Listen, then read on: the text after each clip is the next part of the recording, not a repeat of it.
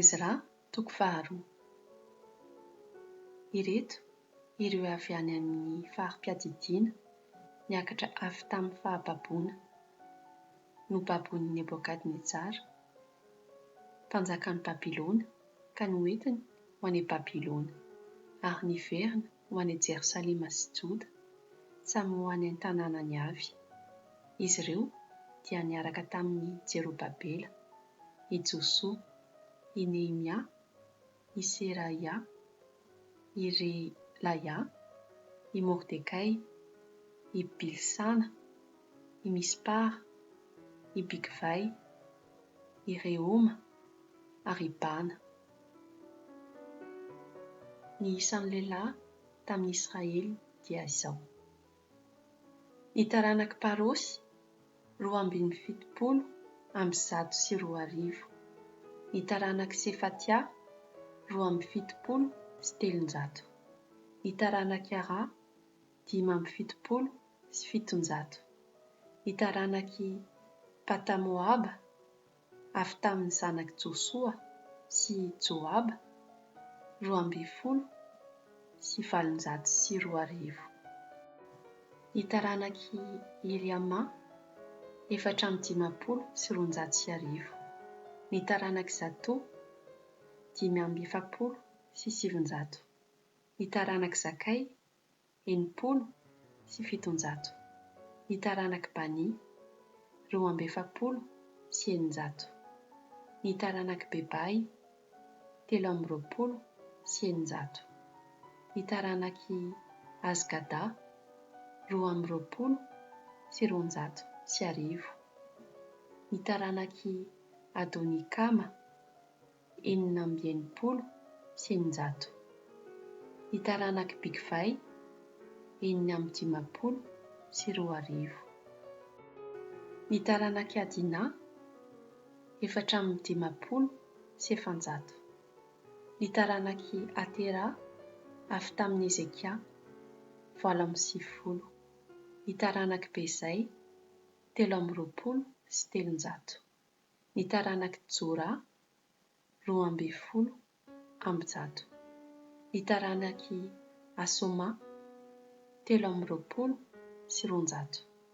ny taranaky Zibara 570, ny taranaky Betlehema 320, ny ponina tany an'ny Tofa 450, ny ponina tany Anatota 720, ny taranaky Azmaveta 270, ny taranaky Kirata Arima sy Kefira ary Berota 370, ny taranaky Rama sy Gaba 120, ny ponina tany Mikmas 220, ny ponina tany Betela sy Ai 320, ny taranaky Nebo 250, ny taranaky Magbisi 450, ny taranaky Elama iray 450, ny taranaky Arima 270, ny taranaky Loda sy Adida ary Ono 570, ny taranaky Jeriko 570, ny taranaky Sena 330, ny mpisorona dia izao: ny taranaky Jedaia avy tamin'ny ankohonan'i Josoa dia 370, ny taranaky Mera 250, ny taranaky Pasora 720, ny taranaky Arima 720. Izao ny Levita: ny taranaky Josoa sy Kadmiela avy tamin'ny taranaky Odavia, 450. Ny mpihira dia izao: ny taranaky Asafa nisy 820. Ny taranaky ny mpiandry varavarana dia izao: ny taranaky Saloma, ny taranaky Atera, ny taranaky Talmona, ny taranaky Akoba, ny taranaky Atita, ny taranaky Sobay, izay 730 izy rehetra. Ny Netinima dia izao: ny taranaky Zia, ny taranaky Asofa, ny taranaky Tabaota, ny taranaky Kerosa, ny taranaky Siaa, ny taranaky Padona, ny taranaky Lebana, ny taranaky Agabaa, ny taranaky Akoba, ny taranaky Agaba, ny taranaky Salmay, ny taranaky Anana, ny taranaky Gidela, ny taranaky Gaara, ny taranaky Reaia, ny taranaky Resina, ny taranaky Nekoda, ny taranaky Gazama, ny taranaky Oza,